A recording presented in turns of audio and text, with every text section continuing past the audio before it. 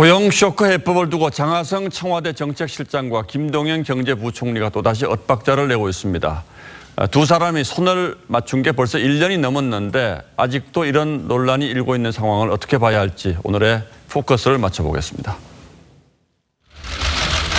이례적으로 휴일에 소집된 긴급 당정청 회의.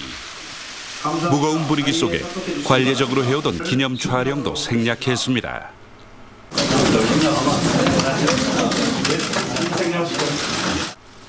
글로벌 금융위기 이후 최악의 고용 성적표. 이를 의식하지 않을 수 없었을 겁니다. 그런데 그 해법을 두고 청와대와 정부의 경제 수작이 시각차를 드러냈습니다. 장하성 청와대 정책실장은 기존 경제정책 기조를 유지하겠다고 강조했지만 김동연 경제부총리는 정책 수정도 가능하다는 뜻을 내비쳤습니다. 정부를 믿고 조금만 기다려 주시기 바랍니다.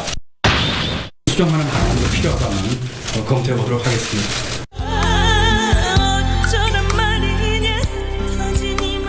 청와대는 이번 논란과 관련해 접근 방식과 강조 내용이 다를 수 있지만 두 사람이 사실은 같은 얘기를 한 것이라며 진화에 나섰습니다.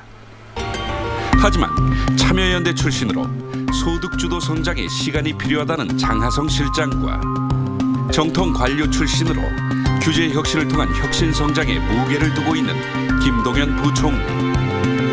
두 사람의 엇박자가 사실 어제 오늘 얘기는 아닙니다. 지난 5월 최저임금 인상이 고용에 미치는 영향을 두고 하루 만에 정반대 해석을 내놨던 게 대표적입니다. 고용 감소 효과가 없다는 게 현재까지 결론입니다. 최저임금 인상이 고용에 영향을 미쳤다고 생각을 하는 편입니다. 지난 9일에는 정의당 박원석 의원이 페이스북을 통해 청와대와 정부의 갈등서를 제기하기도 했습니다. 청와대의 부인에도 불구하고 장 실장과 김 부총리를 두고 나온 얘기라는 해석이 많습니다. 두 분이 생각이 다르신 거 아니에요? 김동연 부총리. 논란이 확산되자 문재인 대통령까지 팀워크를 강조하고 나섰습니다.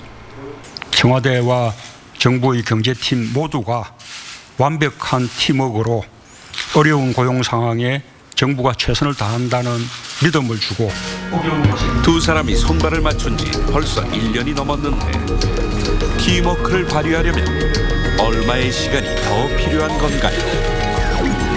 뉴스9 포커스였습니다.